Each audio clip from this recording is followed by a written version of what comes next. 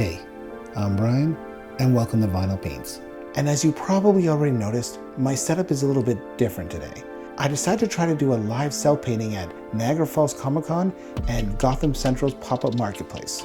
I've never tried to do a cell painting at a convention. I've always looked at it as having too many hurdles, too much different equipment and materials to bring, but it's something I've always wanted to try, and this will kind of be my proof of concept.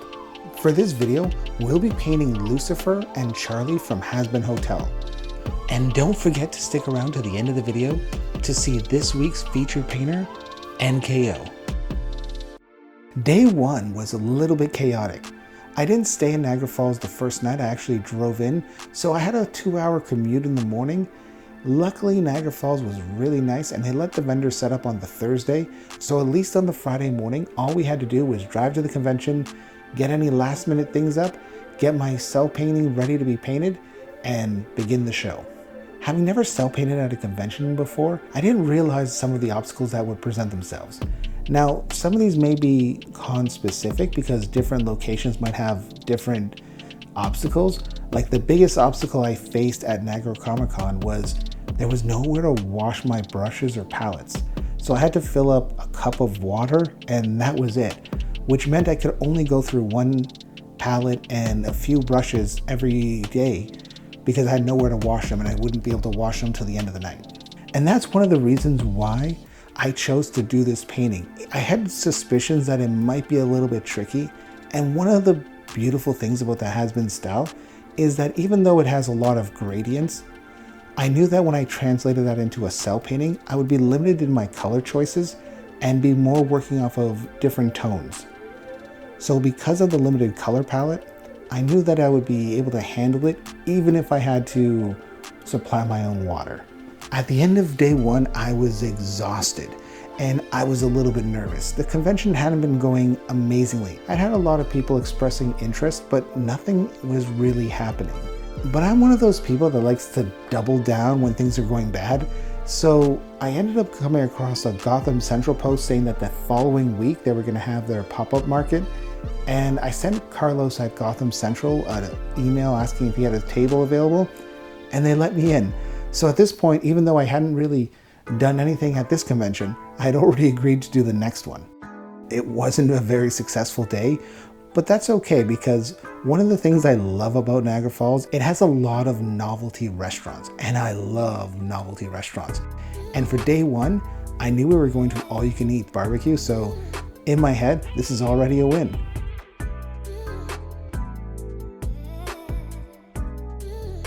Day two was completely different than day one. Because I stayed in Niagara Falls, I didn't have that morning commute, so I didn't feel rushed, and it felt a lot more relaxed getting to Artist Alley and just setting up the painting and getting going. The convention itself was crazy as well. It seems like the Saturday was definitely the busiest day, and all my fears of the convention being a bust disappeared.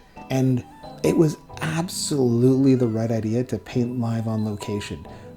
A lot of people stopped, asked questions. I was able to show them the process. I'm sure somewhere in here you'll see me flip open my binder, the process of how it would go from a line art to an actual cell painting. And that whole process was absolutely wonderful. And by day two, I think everyone was a little bit more relaxed now that we've been there for a day. So you start meeting your neighbors and just having an absolute blast. I had some amazing neighbors during these two conventions. Ambitious Anthony, Richard Reyes, Lilo, Doth, and we had so many conversations about animation, just geeking out on cell painting or on traditional animation. And honestly, sometimes it really kind of like picks your energy levels up because just when you think you're out of energy drink, you just have a great conversation and you're ready to keep on going. Now for day two, we had our eyes on a special prize for the end of the night. The novelty restaurant of novelty restaurants, Margaritaville. But after 2 days of conventioning, there was a lineup of Margaritaville, and even though I'm sure it would have been amazing, I didn't want to wait on a Saturday night for a table. So we ended up eating someplace quick and getting back ready for day three. Day three of the convention, I'll be honest, I was a little tired in the morning. I needed the triple power energy drink just to kind of get the day going. Luckily, I'd kind of finished most of the painting the day before, and all that was missing were some minor details on the front of the painting. Day 3 of the convention was a little bit more relaxed than the first 2. The first day was kind of the stress of actually getting there. The second day was the busy day. And in the third day, it was a day where you could relax a little bit. At this point, I wasn't really painting anymore because I'd finished. I did some line art for Blue Eye Samurai. But besides that, I just talked to the neighbors. I met some amazing people at Niagara Falls Comic Con and the Gotham Central Pop-Up Market. And I was actually able to walk around the convention and just see all the cool stuff that was there. While I was packing up from the convention, I was able to reflect upon the weekend and realize I had an amazing time. And I would love to go back next year if they'll have me. After 3 days of conventioning, and knowing I had another day up ahead the following week at Gotham Central, I was ready to leave Niagara Falls, but not without going to the ultimate novelty restaurant, the UFO Diner. I love novelty restaurants, but this one is the creme de la creme. This one is just so extra that I love it. It's in the shape of a UFO. And don't think that they skip out on the food. It was actually one of the better meals I had in Niagara Falls. The following week was Gotham Central's pop-up marketplace, and once again I had a blast. It was very different than the Niagara Comic Con because it was only one day. And I did learn that I'm gonna have to make some adjustments on one-day conventions. It's really hard to paint something because what happened to me was some of the colors were still a little bit wet, and because it was only a one-day show, I really didn't get as much done on the painting as I would have liked. And now I'm in this difficult situation where I'm like, I've taken apart everything in my actual studio and I'm like, I don't know when I'm gonna finish this painting. Once again, there was some great people at Gotham Central. It's my go-to comic book shop, and it was nice to be part of one of these events. This week's featured painter, NKO. Norway and Sweden and Iceland and Finland and Germany now one piece. Switzerland, Austria, Czechoslovakia, Italy, Turkey and Greece. Poland, Romania, Scotland, Albania, Ireland, Russia, Oman. The Netherlands, Luxembourg, Belgium and Portugal, France, England, Denmark and Spain. NKO comes from France and his work is absolutely amazing.